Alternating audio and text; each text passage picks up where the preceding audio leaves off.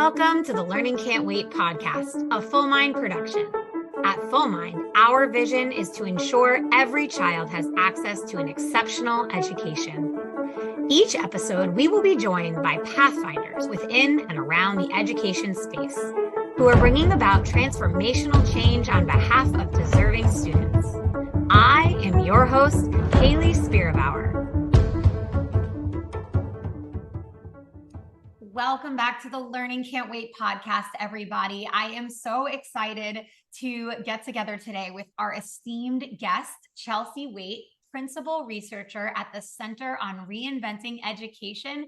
Chelsea, welcome to the podcast. Thank you so much, Hayley. It's great to be here. I ask my former guests, as my listeners well know, if they have any recommendations about someone who they think would be an amazing guest. And Mr. Evan Stone of E4E recommended you, and I'm so grateful that he did. So thank you, Evan, if you're listening. This conversation is sure to be an interesting one. Chelsea, you have such an incredibly interesting purview in education. I'm excited for you to dig in.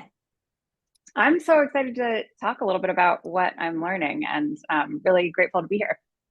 So why don't you start us off by telling everyone, how did you come to be the personal and professional version of yourself? This is such a great question. I recently had a sort of revelation about this, actually. Currently, in public education, working predominantly studying public schools. I am on a nonprofit theater board, and I am involved with my Unitarian Universalist church here in Seattle, where I live. All three of those things have sort of like a long set of roots. Sort of early in my life, I grew up Unitarian Universalist, which is a non-creedal religion that's more defined by a set of principles than a set of sort of hard beliefs. And those principles are things like the inherent worth and dignity of every person, and use of the democratic process and things like that, pursuit of justice. I also was a theater kid in starting in elementary school and going through high school and even parts of college. And I think I loved making theater because it was this real life venue where kids can make art for a real audience. And then I also wanted to be a teacher, probably starting in high school, definitely through college. That was sort of my best bet for what I probably would do after college.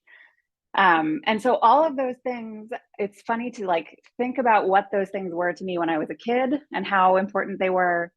Think about how important to me they are now. And then my revelation is that these are all three institutions that are shrinking today. Churches, nonprofit theaters, and I think we have to admit, based on sort of recent trends in enrollment and even just population shifts, public schools. And so I'm really coming into this newfound idea that the thing that I want to do in this world is to support the sort of strength and evolution of institutions that I really think matter. I think churches are places where people find community and meaning. I think theater and arts are places where we make new things and influence culture and sort of reach out to each other in ways that sort of don't happen in normal spaces. And then schools and learning environments, I think, are just such critical places where we become and develop who we are going to be. So that you're one of the first people to whom I have shared that recent revelation. Okay, so that is really profound and such an interesting thread that you're recognizing. How did you come to realize it? Was it a moment where you were reflecting somewhere, or was it in preparation for this podcast? Where was your light bulb moment?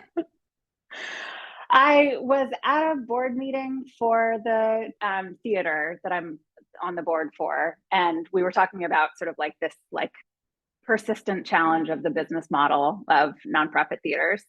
And then only a couple of days later, I went to sort of a learning session at the Unitarian Church where folks were also talking about how sort of churches writ large, and Unitarian churches are no exception to this, are just seeing their like memberships decline, seeing their members like disproportionately become older and older, and they're starting to question like, what is church? Like, where is church? How does church happen? Who is church for? And so both of those things, I was like, whoa. And then, I'm having so many of the same conversation in education about like, what is school? What is it for? Where does it happen? Who teaches in schools?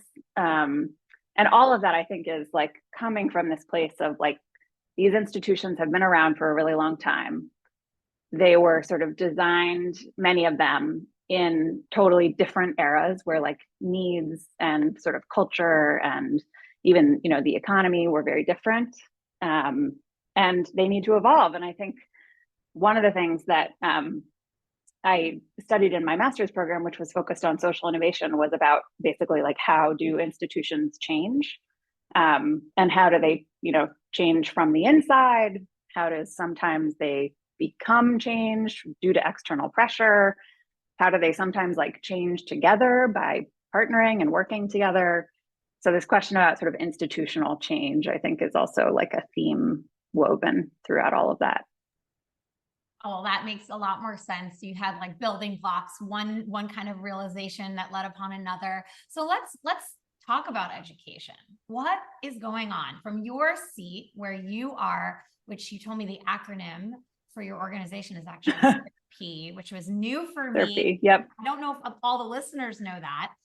So SERPI, what in your seat at SERPI right now, and the work you're doing here, as well as the work you've done in your previous roles, what's the kind of state of the union? Yeah, well, first of all, it's funny that you sort of phrase it that way. SERPI, the Center on Reinventing Public Education, has a report that we're now putting out every year for at least the next 3 years after this. We've done it for 2 years so far, called the State of the American Student. And part of what that is trying to do is track and aggregate sort of all of the research we can find about how young people are faring, especially after the COVID-19 pandemic. So knowing that there was a huge disruption to learning and impacts on young people's sort of social connections and development and mental health, we're trying to continue to make sure that attention is drawn to the sort of long tail of impacts on kids and young people. This year's report was focused on older adolescents, basically, students who are in high school now or have, since gone on to post-secondary pathways after being in high school during the pandemic. And the news is not good. Like, young people are in many ways really suffering the impacts, both, socially and academically, and in terms of mental health.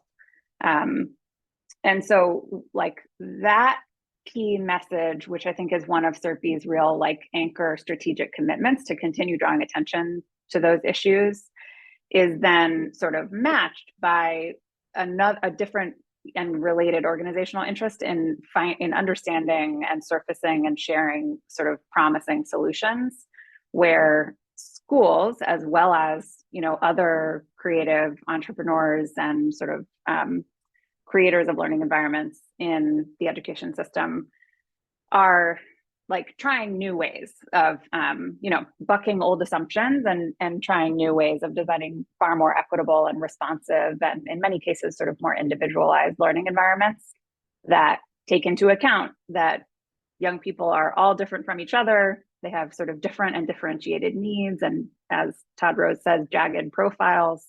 And they bring both sort of strengths and needs to the table. And so can our learning environments and education systems better flex to and then sort of respond to and support those strengths and needs?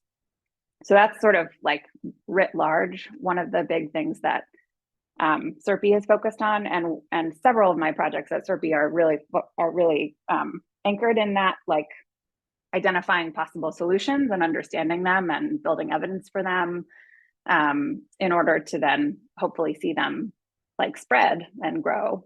And And one of the projects that I lead that I actually have led since 2018 before I joined SERPE is called the Canopy Project, which is a national scan of schools and learning environments that are designing more equitable and student-centered spaces for young people.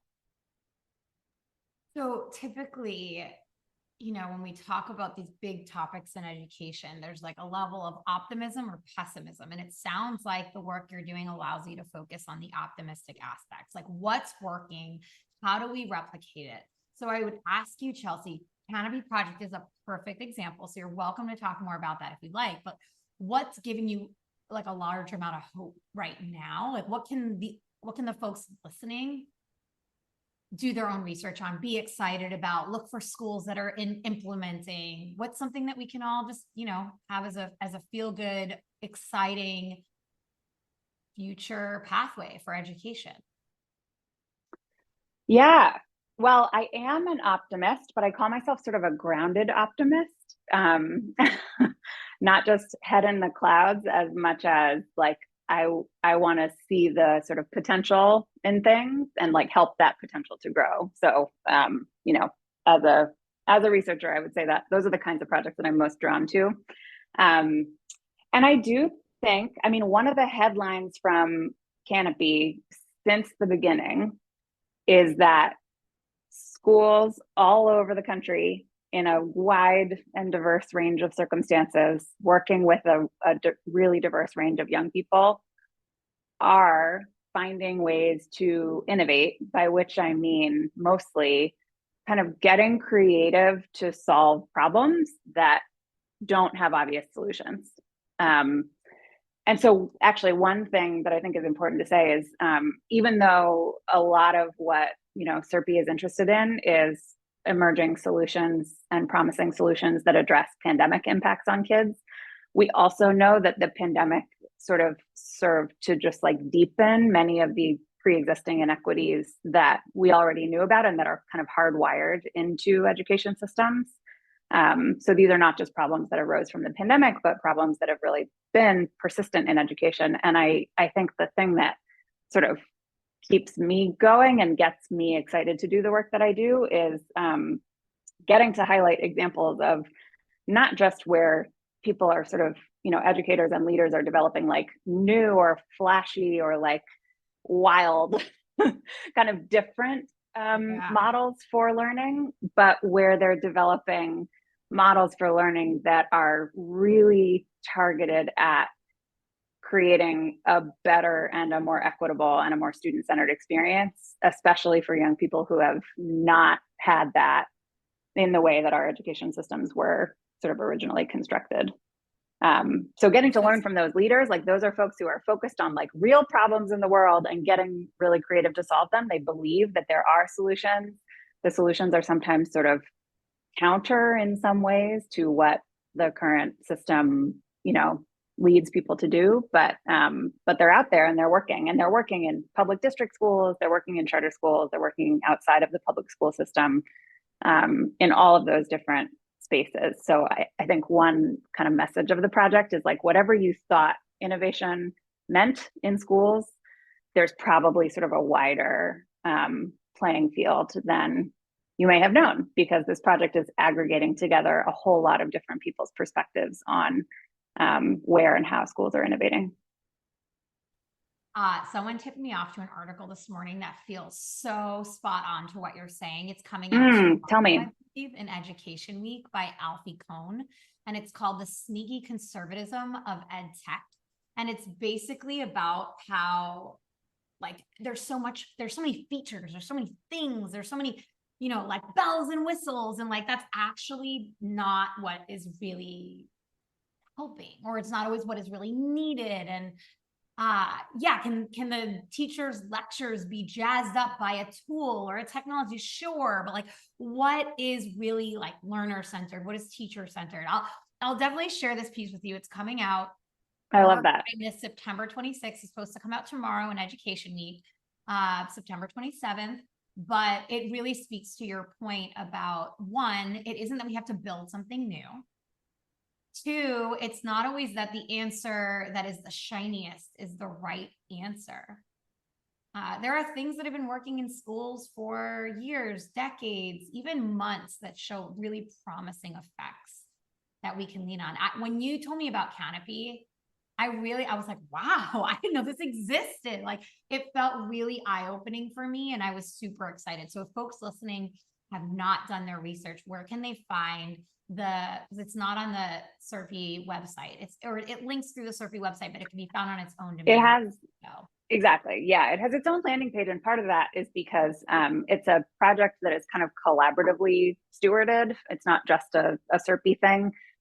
It's currently led by SERPI and Transcend Education, another nonprofit. And we have a range of it. We have 12 advisors from different nonprofits and research organizations and schools who are also involved. It's funded by a collaborative funder cohort. So the project can be found at canopyschools.org. And just on the homepage, there are kind of two things I would call out. One is there's an interactive data portal.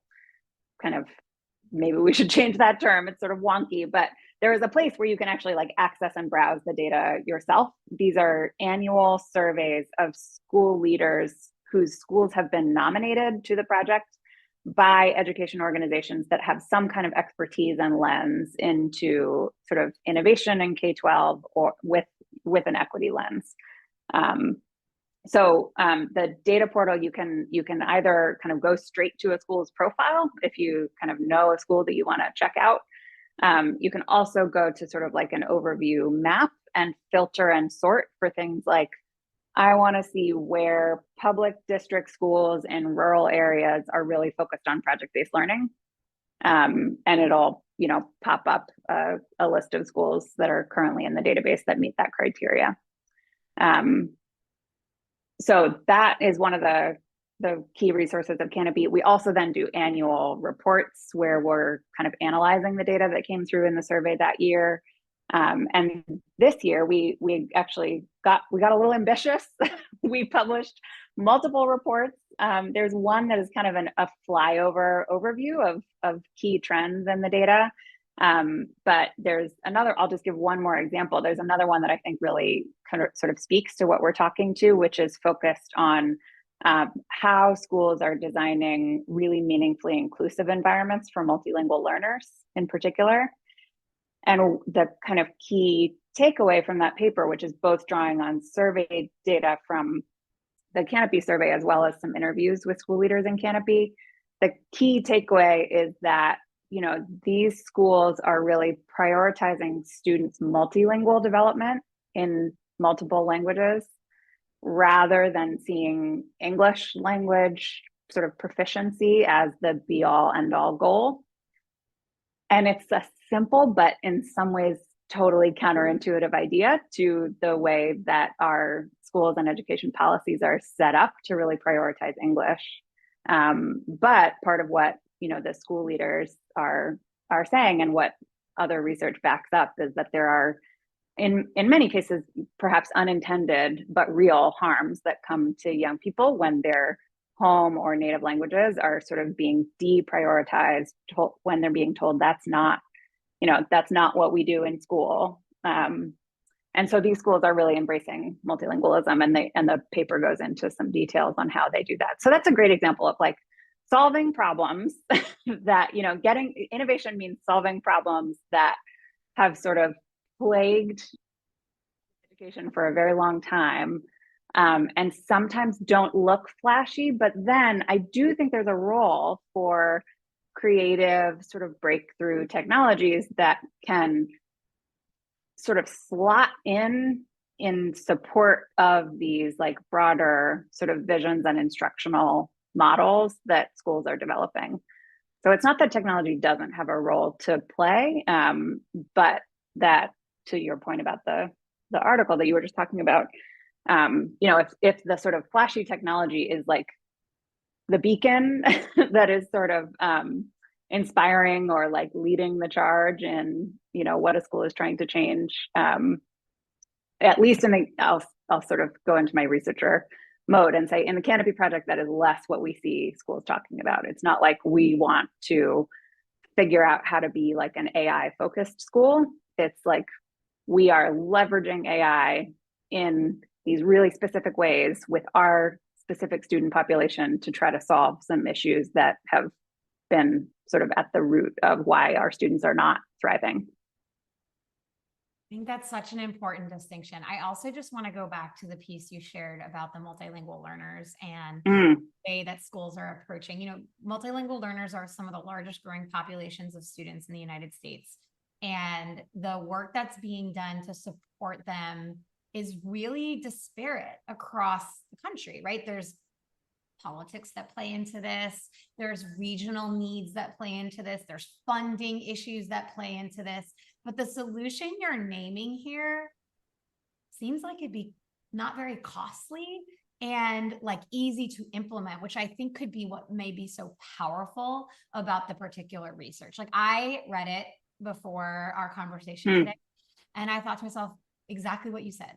Wow, Chelsea, that is like so small, but obvious and also profound. And it is amazing to hear the ways in which schools are leveraging like a strengths-based approach to teaching and learning for kids. Yep.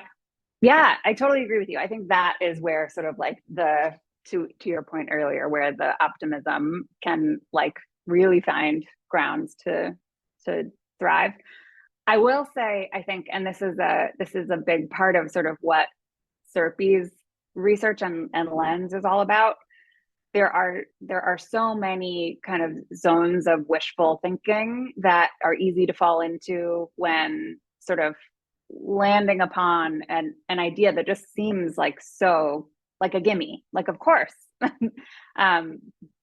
then kind of runs into all kinds of walls, and one of which came through in the paper's findings around just who are the teachers, like where is the pipeline of sort of multilingual teachers who can be the supporters of a learning environment that prioritizes multilingualism. So I agree with you that it's encouraging that it's sort of starts with a mindset shift more than some like massive sort of overhaul of like what a school is or like where it happens. But I also think that there are like real structural barriers that both those schools are facing, but then, other schools that might be trying to do this would also face.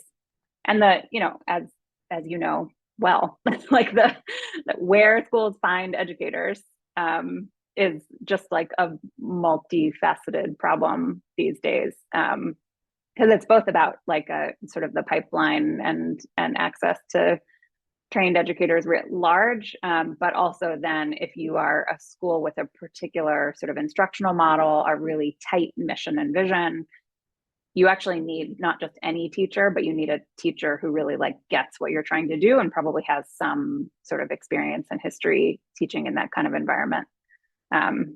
Oh, Chelsea, do I ever understand that?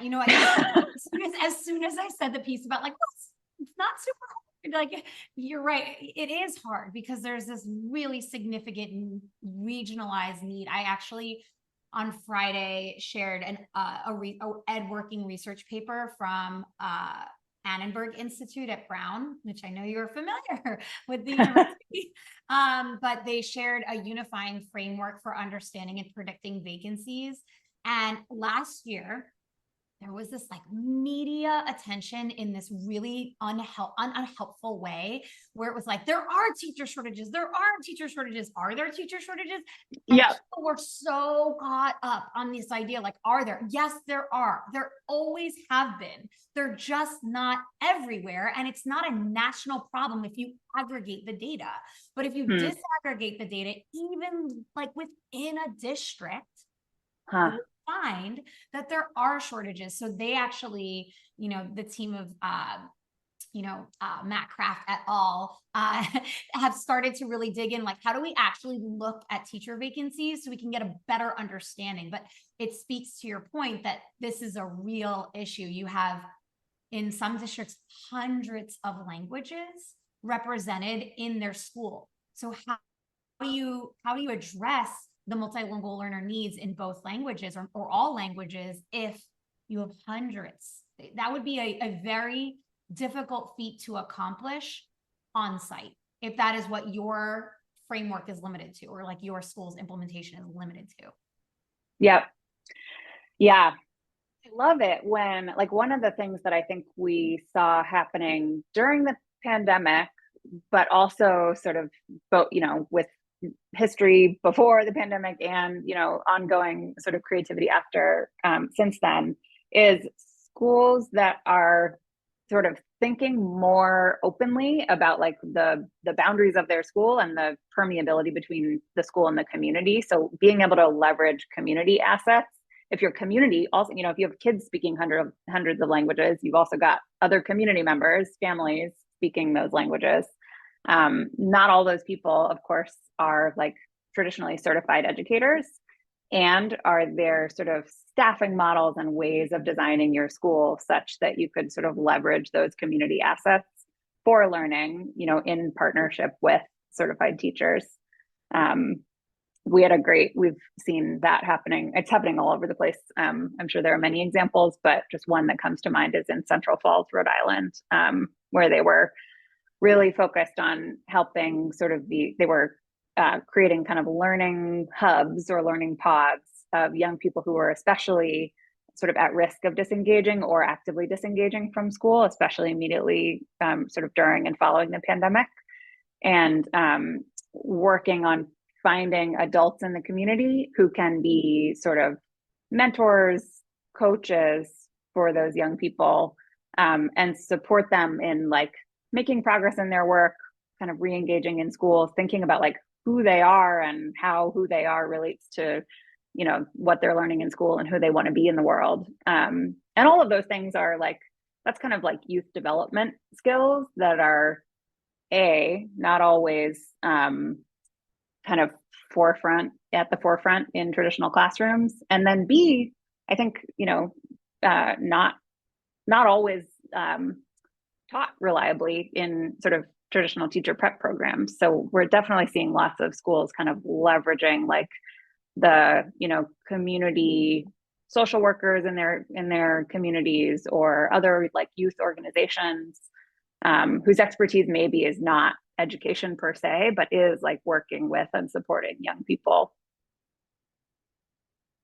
And that's why I think the unabridged version of CERPE, which is the Center on Reinventing Education, is a really topical one for our conversation, in that, reinvention doesn't have to mean like complete redesign or complete disrupt. Like there are many ways to engage and rethink problems before us. So well said. Yep. Okay. So I'll always ask this ending question of what advice you would give a teacher. And it feels weird to say that we're already at the end. This conversation has gone so fast. And I feel like I could talk to you about so many topics that you're studying or have studied or even are thinking about over this has been a blast. Episodes. So stay tuned for more appearances of Chelsea. But I'm wondering what advice you would give a teacher who's starting their career today, given what you know, all the things you know. What would you advise them? Yeah, I love this question. And when I was reflecting on it, went back to sort of my own early experience. Like in the beginning of our conversation, I talked about how in high school and most of the way through college, I thought that I was probably going to be a history teacher. Actually, I thought I wanted to be a high school social studies teacher. I majored in history. So to kind of test that idea by I also wanted an experience living abroad if I could find one. So I ended up teaching English in Brazil for 2 years. And that experience was incredible in a wide range of ways. And also kind of taught me that I didn't want to be a teacher, or at least that was my kind of one of my takeaways coming from it. And when I look back, especially knowing what I know now, some of the reasons why I thought I didn't want to be a teacher in the end were predicated on a very like traditional narrow view of what a teacher's role is. I was alone in my classroom every day. I was like at the front of my classroom every day. I was kind of responsible for, I felt like I was tapping into my theater skills. I felt like I was kind of like acting and performing, if you will. And I couldn't imagine doing that like for my career in the long term.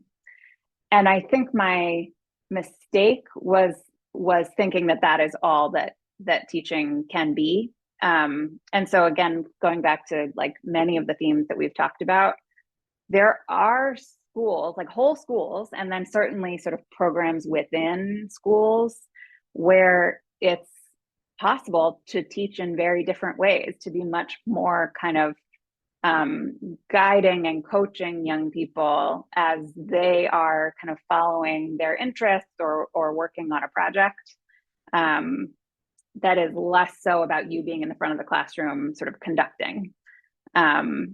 There are, places where schools are experimenting with and developing much more collaborative teaching models where you are not the only teacher in your classroom. You actually have a team of teachers who are all, working together with a larger group of students.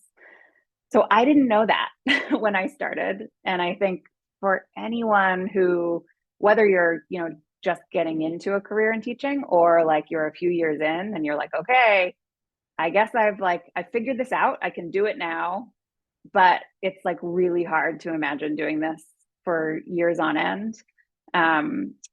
My humble advice as someone who did not end up being a teacher is to try to find places where you can teach differently in ways that actually sort of like connect to why you wanted to be a teacher in the first place, whether that means like really helping young people to like discover who they are and who they want to be in the world, or getting to collaborate with other amazing educators, or helping educators to like grow their skills. I think it's a profession where we think there's sort of only one way of being a teacher. And I think increasingly, again, based on what I'm seeing from this sort of set of schools in the Canopy Project, there are schools out there that are like desperate for folks who are like, I want to teach, I want to work with young people, but not in ways that, most classrooms are set up. So it's out there, you can find it. I love that. And I think it's, it's tough because the way we grew up is not how education is or has to be. And many of us, were learned in that stage in the stage model. So I appreciate the perspective you shared here. And also you have the bird's eye visibility. There are schools that are teaching in new and innovative ways that are redesigning what education and learning and teaching and learning look like for kids. So Chelsea, it has been such an honor to have you on the podcast today. Thank you so much for sharing your wisdom and the work you're doing at CERP and the Canopy Project. It has really opened my eyes, and I hope our listeners as well.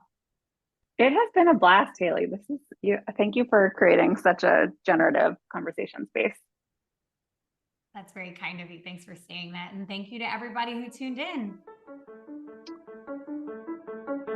Thanks for listening to the Learning Can't Wait podcast. If you like what you heard, please rate, review, and share this episode. Be the first to know when we have a new episode by subscribing wherever you listen to podcasts. If you'd like to be a guest on the show or have a suggestion for an episode, email us at podcast@fullmindlearning.com.